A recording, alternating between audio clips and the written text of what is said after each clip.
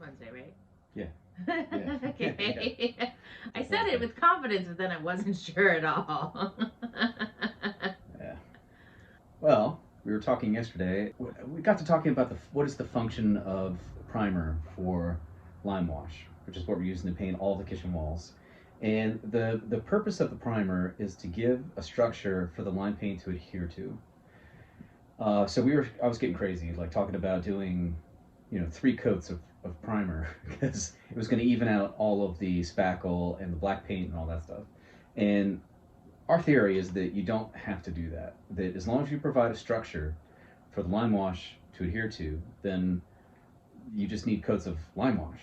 The additional primer is really probably not going to do a whole lot of good, or just may not be necessary. So we're going to roll with 1 coat and look at this like an experiment.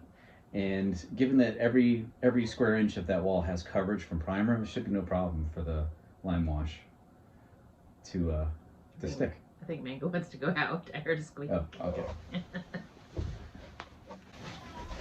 Anyway, there is proof positive that she squeaks at the door when we go out. So funny. Yeah, so just a theory. I mean, you don't have to do it and waste your time. We'll waste our own time and see if we're right. We had a good reason for thinking that. Yeah, I mean, lime wash is a paint that adheres to permeable surfaces. So, like cement or plaster, it's going to like penetrate that surface and create like a structure, and that's how it kind of bonds to the surface. And so with drywall, it doesn't have anything to bond to, which is why you use the primer. So you make the primer is what creates that bond. So it's really not to cover up the other color, because like the lime wash should bond to the primer and then should cover. That's a theory anyway. We did not ask Portola Paints this. We're just gonna press because I think that it's gonna be fine. But we'll see. Like I said, we'll do it and you guys don't have to. And then we'll tell you how it is. And then we'll tell you whether we should have done it or not. The wall in question that's going to be the darker wall, like the black wall, eventually we want to do something else with that wall anyway. So, I mean, eventually, like 5 years from now. So, like, it's not make or break. Like, we're not going to, you know, be all sad if it doesn't work. It'll probably just be like, it'll look slightly darker or have like slightly darker undertones. But also the light in there is so weird, I bet no one will be able to tell. So let's not kill ourselves priming everything. Let's just press.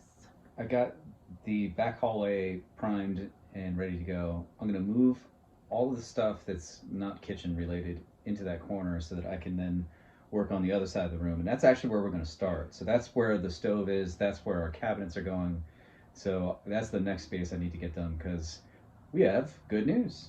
My brother is going to come visit us this weekend, and it looks like he'll be able to help us with, putting together these IKEA cabinets and doors and drawers and all that stuff, and hopefully get our countertop installed. So it's going to be really nice to have another set of hands around. It's going to be great. Yeah, special guest. You might have seen him before. He was in our like amateur. That's a year ago. Taking down a tree video. Oh, so he's coming back for round 2 of helping us out. So I really appreciate it. I wonder if that was my luck or his luck that made that tree not fall on anybody or anything. If you haven't seen it, you should watch it because we'll put it up. It's pretty intense. Yeah. Yeah. So that's good news. So then we also got another question about Sprout, I think yesterday. So the question was, where is Sprout gonna sleep, right? Mm-hmm. And the answer is, we don't know. So we have some ideas and we will, obviously figure that out before Sprout gets here. But right now it's a very kitchen-centric plan, but after the kitchen's done, we're going to have our opportunity to focus on getting Sprout into the world, getting everything that Sprout needs, including where is Sprout going to sleep, that kind of thing. Yeah, I mean, we don't have a registry yet. We haven't put together like a list of stuff that the kid might need or where Sprout might go. But we will focus on that in January. Right now, in December, we are just going to close out this kitchen. Hopefully we will get pretty far this weekend with the help that we're getting from Gabe's brother. And then we'll be able to really focus on that task because we just don't have the bandwidth to do all of the things. I'm still working full-time, for my job. And then Gabe is working on the kitchen full-time. And then, we just are trying to get things organized here so we can move into the Sprout planning phase. So we will definitely let you know when we figure it out, but we don't have a clue.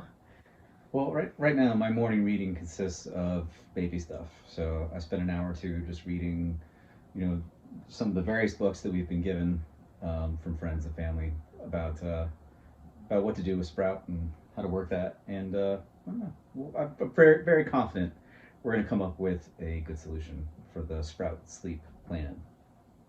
Yeah, I mean, we got to, right? Mm-hmm.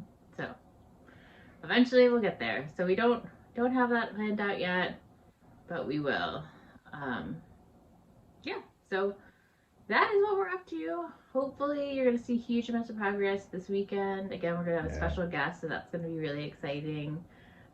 So there'll just be more of us tomorrow on Thursday, and then starting Friday we should have a lot of work getting done in the kitchen, and we'll see where we are by Sunday. That would be pretty neat. Fingers crossed. So that's it for us for today. Thanks so much for watching. If you haven't subscribed yet, please subscribe because that really helps us. And if you like this video, then just give us a like. And we will look forward to seeing you guys tomorrow. See you tomorrow, guys. Bye.